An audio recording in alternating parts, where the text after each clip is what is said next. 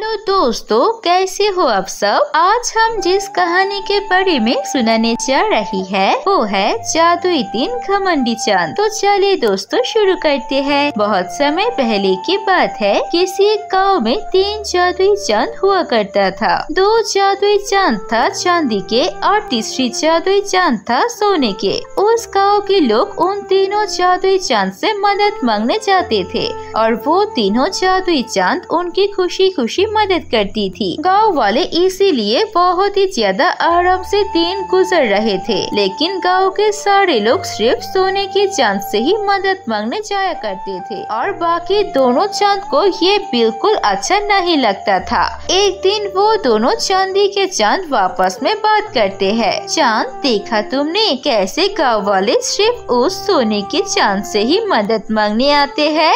हम दोनों से तो कोई बात भी नहीं करता आजकल और न ही मदद मांगने आते हैं। मुझे ये बिल्कुल पसंद नहीं है। कुछ करना चाहिए इस बात का। हाँ, तुम बिल्कुल सही कह रही हो। हमें जरूर कुछ न कुछ करना पड़ेगा, क्योंकि अगर ऐसे ही चलता रहा तो हम दोनों से कोई बात नहीं करेगा और हम ऐसे ही अपनी जादुई शक्ति का इस्तेमाल भी नहीं कर सकेंगे। और फिर एक दिन मौका देखकर वो दोनों मिलकर उसे सोने के चांद को उन दोनों की तरह घमंडी बनाने की कोशिश करती है। सुनो सोने की चांद, मैंने सुना है कल रात को तुम जब सो रही थी तभी कुछ गाँव वाले यहाँ पर आए थे तुम्हारी मदद मांगने के लिए, लेकिन तुम सो रही थी इसीलिए वो सब तुम्हें लेकर भला बुरा कहकर चले गए। हाँ, चांदी के चांद बिल्कुल सही कह रहा है। तुम्हें गाँव वालों की बिना वजह से मदद करने की कोई जरूरत नहीं है। वो लोग बहुत ही ज्यादा दोस्त है। वो तुमसे प्यार नहीं करते, सिर्फ तुम्हारा इस्तेमाल करते हैं और भला बुरा भी बोलते हैं। क्या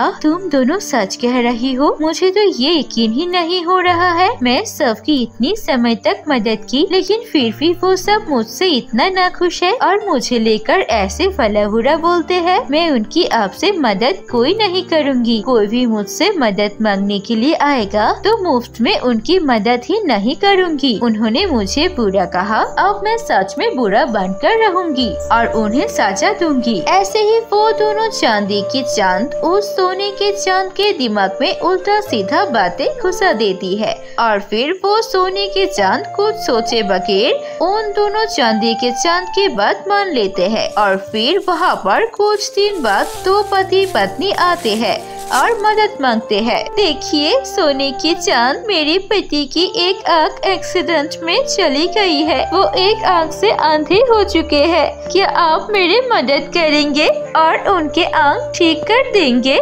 नहीं, बिल्कुल नहीं। मैं मुफ्त में तुम्हारी पति की आँख क्यों ठीक करूं? तुम अगर चाहती हो कि मैं तुम्हारी पति की आँखें ठीक कर दूं, तो तुम मुझे सोने के 10 सिक्के दो, तभी मैं तुम्हारी पति की आँखें ठीक करूंगी। घमंड करना अच्छा नहीं है। आपको इसके लिए बुरा हाल भुगतना पड़ेगा। उस पत्नी की ये बातें सुनकर वो सोने के चांद को गुस्सा आ जाता है और फिर वो अपनी जादुई शक्ति से उसके पत्नी का दूसरा आँख भी फोड़ देती है। ये देखकर वो पत्नी भी ज्यादा गुस्सा होती है और बोलती है, अरे इस काम का सजा जरूर मिलेगा। मैं तुम्हें अभिशाप देती हूँ, मैं तुम्हें श्राप देती हूँ और तुम इतनी घमंडी हो, ये बिल्कुल अच्छी नहीं है। तुम्हें इसका फल भुगतना पड़ेगा।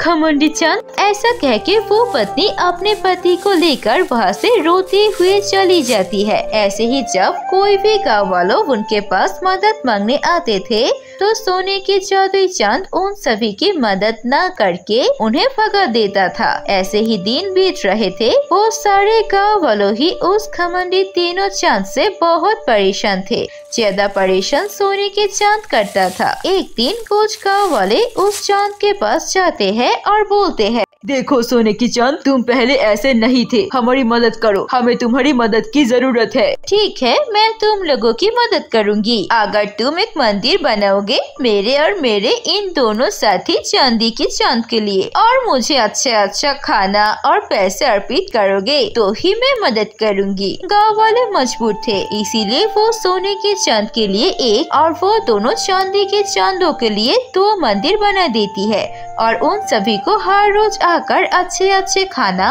और पैसे देकर जाने लगते हैं। ऐसे ही कुछ दिन बीत जाते हैं। अचानक उस गाँव में एक जानलेवा बीमारी प्रकट हो जाती है। उस बीमारी का इलाज करने के लिए गाँव वाले बहुत कोशिश करती है, लेकिन कोई भी डॉक्टर उसका इलाज नहीं कर पाता है।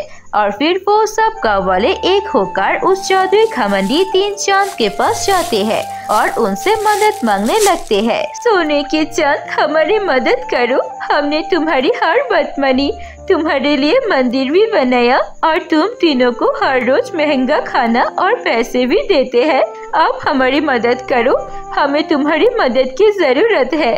हमारे गांव में एक बहुत ही जानलेवा बीमारी आ चुकी है, जिसका इलाज करना हमारे बस में नहीं है। हमारी मदद कर दो, नहीं तो बहुत सारे गांव वाले इस बीमारी का शिकार होके मर सकते हैं। ठीक है, मैं मदद करूंगी, लेकिन एक शर्त पर। इसके लिए मुझे 1000 सोने का सिक्का चाहिए। ये सुन के सारे गाँव वाले बहुत गुस्सा हो जाते हैं, क्योंकि उनके पास अभी इतने सारे सोने के सिक्के नहीं थे। और वो सभी सोचने लगते हैं, ये घमंडी चांद तो दिन भर दिन और भी ज्यादा घमंडी होता जा रहा है। हम उसके सारी बातें मान रही है, लेकिन ये हमारी कोई भी मदद नहीं कर रहा है। ऐसी घमंडी चांद की हमें कोई जरूरत नहीं है। चलो हम इन तीनों चांदों को ही तोड़ देते हैं। सबसे पहले इस सोने की चांद को तोड़ देंगे और उसे नीचे गिरा देंगे, फिर देखेंगे इसका घमंड कहाँ रहता है। ऐसा सोचकर सारे गाँव वाले हथियार लेकर उन चांद के पास जाने लगती है। वो तीनों चांद घबरा जाता है, ये देख कर कि वो गाँव वाले उन्हें तोड़कर नीचे जमीन पर गिराने आ रहे हैं। तभी वहाँ पर एक परी आती है और परी आकर बोलती है, गाँव वाले शांत हो जाओ, अगर तुम्हें इस बीमारी से कोई बचा सकते हैं तो ये जादुई सोने की चांद है, इसे मत मारो। और हाँ, इस जादुई सोने की चांद को घमंडी करने का काम किया है ये दोनों चांदी के चांद ने। इस सोने की जादुई चांद की सिर्फ एक ही गलती है कि वो दोनों चांदी की चांद की बातों पर आ गई और इसीलिए घमंडी बन गई। इन सबको दूसरे मौका दे दो। और फिर वो तीनों चांद को अपनी गलती का एहसास हो जाता है। वो तीनों ही सारे गाँव वालों से माफी मांग लेते हैं और फिर गाँव वालों भी सिर्फ सोने की चांद से मदद मांगने नहीं आया करती थी, वो तीनों चांद से ही मदद मांगने आया करती थी। सोने के जादुई चांद उनकी बीमारी अच्छे कर देते हैं और गाँव वालों की जब भी कोई मदद होती थी तो वो तीनों चांद मदद करने के लिए तैयार हो जाते हैं। ऐसे ही वो जादुई तीनों चांद सारे गाँव वालों के साथ मिलकर खुशी खुशी रहने लगते हैं। इस कहानी से हमें ये सीख मिलता है कि हमें कभी भी बिना सच का पता किए किसी भी बात पर यकीन नहीं करनी चाहिए।